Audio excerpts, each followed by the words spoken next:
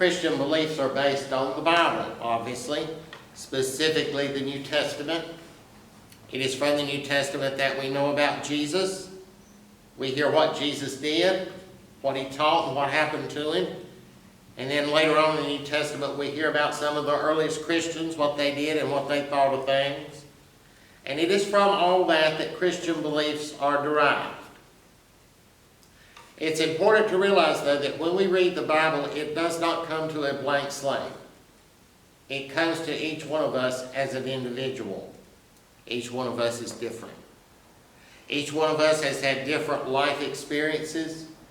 Each one in here lives in different situations. I know some of the life situations and life experiences some of you have had in here for many, many years, and I know there's nobody that's the same. Plus, we live in a certain society at a certain point of time that has certain values and outlooks. And when what the Bible says comes to us, we put it in that context. It comes to our individual life, and it comes to us in the context of our society and the time in which we live. No two people hears anything in the Bible the same way. It says the same thing, but each one of us hears it differently. That's because it resonates with each one of us differently. It resonates with me according to the context of my life. It resonates with you according to the context of your life. On a broader level, it resonates with us as Americans differently than it would resonate with people in sub-Saharan Africa. It resonates with us as 21st century people differently than it would resonate with people in the 14th century. You see, everyone places the Bible in the context of their own individual life and in the context of the time and society in which they live. It means to me something different than it means to you. And it means to us something different than it would mean to different people at different points in history. The fact that there is a large number of Christian denominations in the United States illustrates that. All the different denominations basically started when somebody or a group of people looked at the Bible and interpreted a certain way according to the particular circumstances of their time. It had this meaning to them, and that meaning was dependent upon the time and circumstances when they were. That influenced how they interpreted the Bible. For example, the Lutheran denomination started with a man named Martin Luther. He lived at a time of great societal change. He was a part of the Roman Catholic Church, and it was a part of the feudalistic system. In fact, the Pope used to be the largest feudal lord in the world. And so the feudal system was crumbling. And people were tired of the feudalistic system, and they were also tired of the Catholic Church that was a part of it. And Luther was instrumental in developing a new way of looking at Christianity, a way that was more in tune with the times in which he lived. In other parts of the world, the old order was also crumbling. We have people in here who came from Presbyterian traditions. In France and Scotland is where the Presbyterian traditions were born. Men like Zwingli, Knox, and Calvin.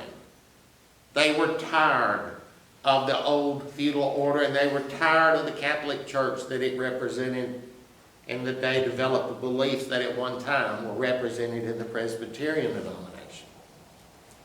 A couple of hundred years after that, a man named John Wesley lived in England.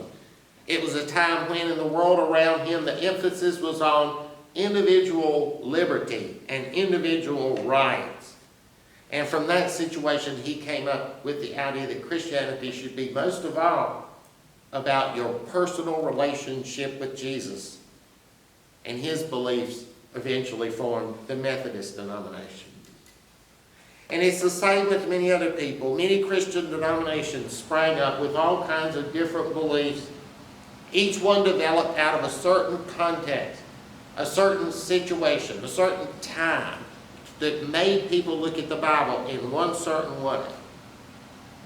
Eventually, all these ideas came here to the United States.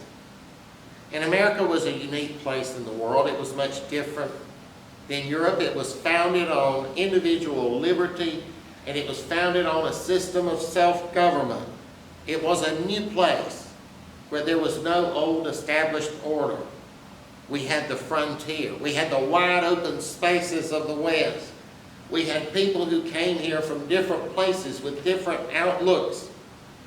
In contrast with life in Europe, people in America, 90% in the early days of America, in the late 1700s, 90% of Americans lived on their own farm.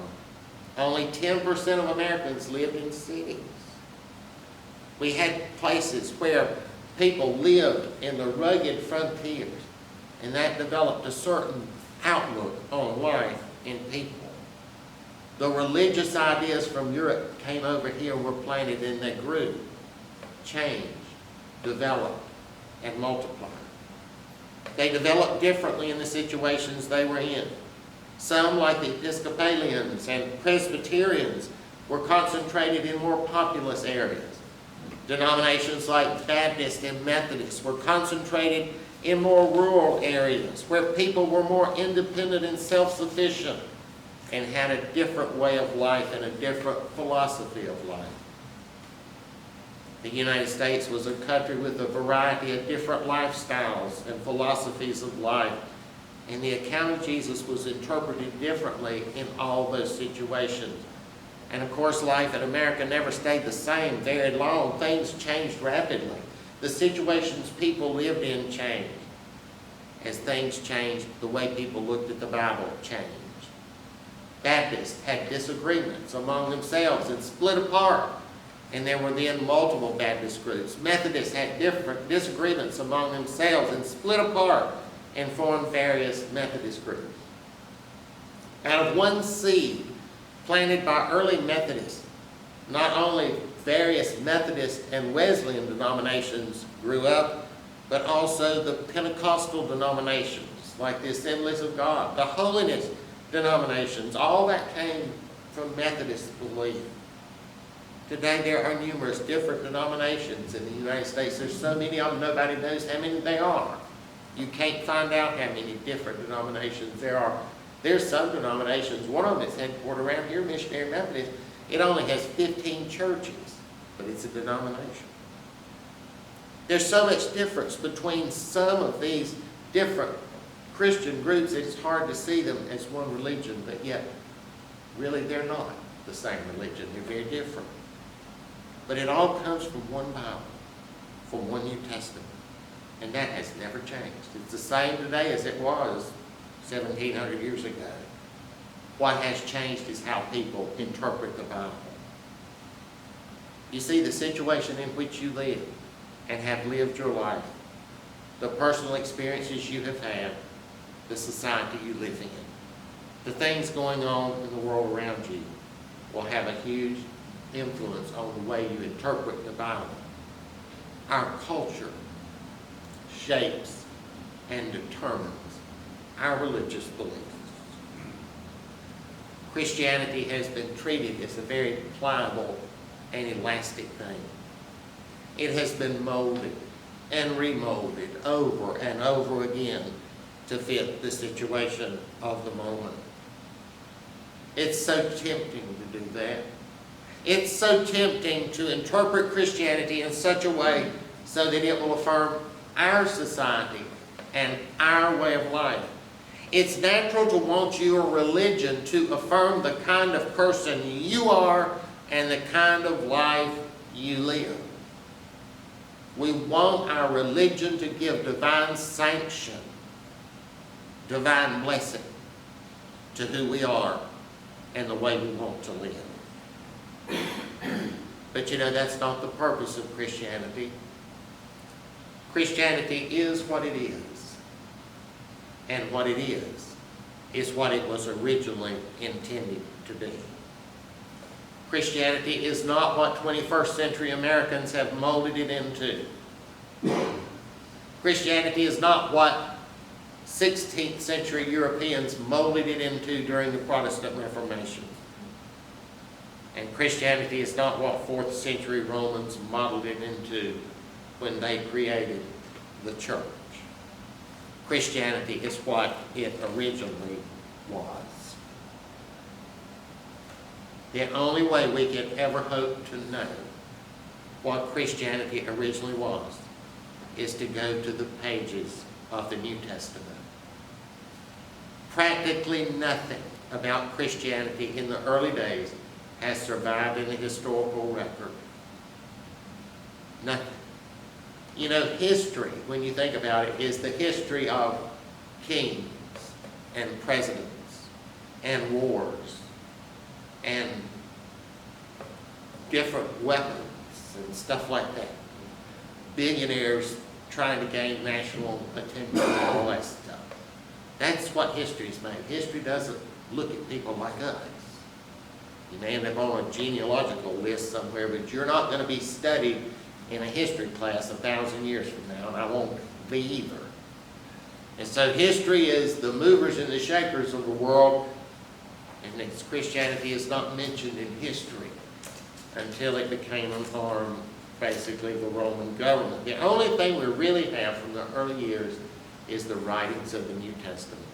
There are some ancient Christian writings that were not included in the New Testament, but in general, the idea is that they date from a little later period. We don't know that for sure, but that's the best guess. So really the only thing we have that tells us what Christianity originally was is the New Testament. That's all we have. When we go to read the New Testament, though, we find that it does not contain a list of beliefs. It does not provide us a list of stuff we're supposed to believe. It is writings that have to be interpreted. We have to discern what the authors were trying to tell us.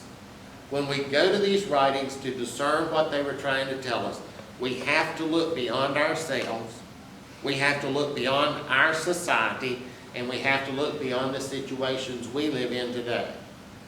You see, the writers of the New Testament were trying to convey to us truth with a capital T. They were trying to convey to us a truth that transcends any particular point in time, that transcends any culture, that is good for all times and places. It is not relative to anything. It is absolute truth.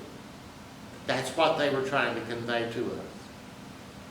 The important thing about the New Testament writings is what the people who wrote them were trying to convey to us. If we want to know what Christianity really is, that is what it was originally, we have to go to the New Testament and try to recover what the writers were trying to convey to us. The important thing about the New Testament is not what it means to you today. That is not the important thing about the New Testament.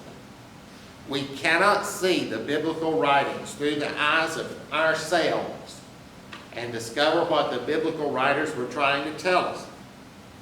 Neither can we see the biblical writers through the eyes of 21st century Africans and discover what the biblical writers were trying to tell us. Neither can we see the biblical writings through the eyes of 19th century black slaves or 16th century Europeans or whatever, and discover what the biblical writers were trying to tell us. None of that matters. The only thing that matters is seeing it through their eyes and seeing what they were trying to tell us. That's all that matters. Of course, we can't go back and get into their minds. But here's the closest thing we can do. Look at what they wrote. Only at what they wrote. We don't need to cloud what the New Testament writers wrote by listening to what people who came after them tell us they were trying to say. We need to let the New Testament writers speak for themselves. And we need to get rid of all the interpretations and different layers of meaning people have tried to put over it over the centuries.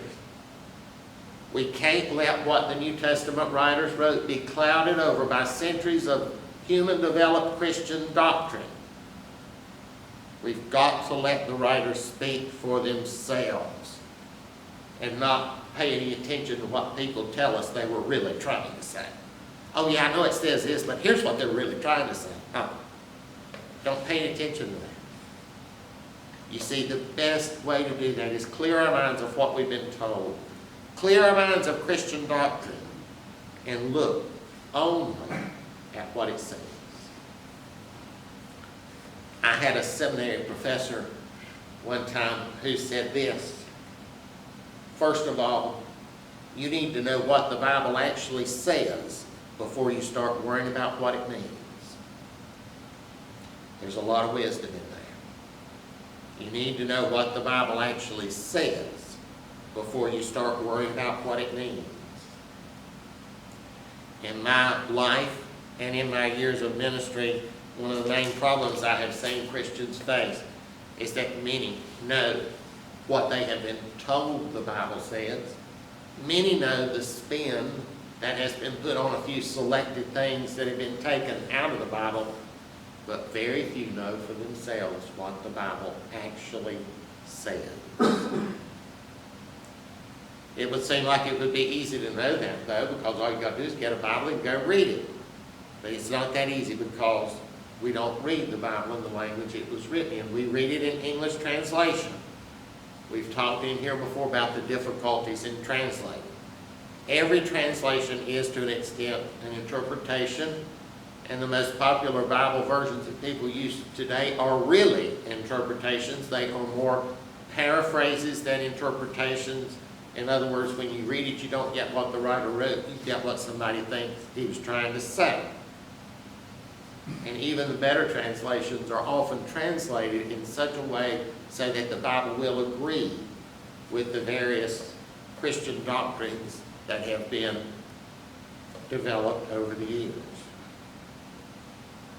Now, if you're translating the Bible naturally, you don't come to it with a blank slate. You come to it with beliefs already in your mind that you have been taught are true.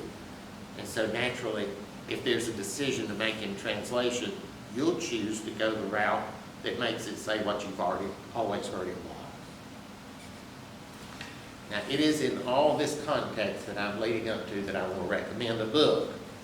I have never done this before. Well, I did talk about a book one time. That this is a book, and this is a translation of the New Testament by a man named David Bentley Hart. Here it is. Came out in 2017. I stumbled upon this quite by accident a couple of years ago. Now, David Bentley Hart is not a Protestant, he's not a Catholic. He's from Orthodox Christianity, and he states that he did this translation for the very reasons that we've talked about today. You know, the earliest manuscripts we have of the Bible, Old Testament as well as New, are written in what's called Koine Greek. Koine just means common. It's Greek as it was used 2,000 years ago. It's much different than modern Greek, completely different. And that's what our New Testaments are translated from. That's also the oldest manuscripts we have of the Old Testament. Now, the idea behind this particular translation is to try as much as possible to get in the minds of the authors of the New Testament to see things as they saw them and to understand what they actually wrote. Not what they wrote filtered through the lens of 2,000 years of Christian doctrine, but just what they wrote. Not what they were trying to say, but what they actually said. Now, from the outset, I will admit that David Hart is not a nice person. He's conceited, he's bombastic, and he has a very high opinion of himself. Now, that shows through when you read his writing. And it is true that every translation is an interpretation to some extent, and his own preconceived notions show through in his.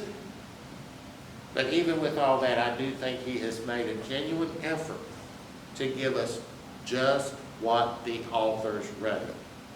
He has studied Koine Greek, but also he has studied classical Greek, and he has studied the time of the New Testament, not the myths and legends that have been thrown up around the time of the New Testament that all these people teach, but the real history of what we can know about that time period. And his goal was to bring to this translation what the words would actually have meant by the people who wrote them. Now keep in mind that people thought about things a lot differently back then than they do today. Their mindset was completely different 2,000 years ago. They did not have a scientific view of things. They saw the world as operating a lot differently than we do. They looked at everything in life a lot differently than we do. You see, we must understand the writings of the New Testament in conjunction with the mindset of the people who wrote them.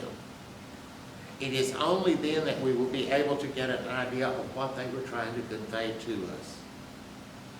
Now, we can reject their mindset if we want to, but we might in fact conclude eventually that their mindset is closer to the truth than ours.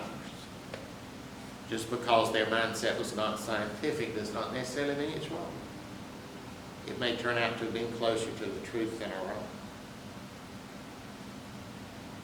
The goal of reading the Bible is not to have something that speaks to you. The goal of reading the Bible is to hear what the person who wrote it was trying to convey. And that's something that took me a long time to realize. The goal of reading the Bible is to know what the person writing it was trying to convey. That's why you read the Bible. So I do recommend this David Bentley Hart, the New Testament. It's different, but it's not different in a weird way. It's different in a very solid, theologically sound way. I like this book not only for the actual translation, but also for the introduction and the postscript. In the introduction, he talks about some of the things we've talked about today. And in the postscript, he talks in depth about a number of words that are very difficult to translate, and words which do, in fact, have a great bearing on what the original message of Christianity actually was. And he goes into detail and tells you, how you could this or this or this, and then that alone is worth the price of the book. And then I like this version because it has footnotes in it. The footnotes are interesting. They give different perspectives, and when a lot of times when there are multiple different ways of translating this particular text, he'll choose one way and put a footnote and tell you the other ways it's possible, so you're not just getting one viewpoint on it.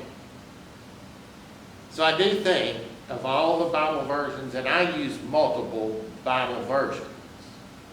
I use multiple ones. I use the New King James primary, the New Revised Standard, and then I depend on this a lot. And of course, I also use the Greek. But those are the three that I use the most. There's a bunch of them I avoid and don't even have, though. I'm not trying to promote this as the last word on New Testament translations. And I'm not saying that you need to go out and buy this and believe everything he says and just blindly accept everything. That's not what I'm saying. But I think if you're interested in what the New Testament actually says, and if you like to seriously study the Bible, I think this is a good edition for anyone to have. If I'm studying the Bible, a lot of times I'll compare it in different translations, and then I'll go to the Greek and see if I can figure that out. But if you can compare it in different translations and get different viewpoints on it. If you really study the Bible, this is an excellent tool to have. David Bentley Hart, the New Testament translation. I heartily recommend it to everyone.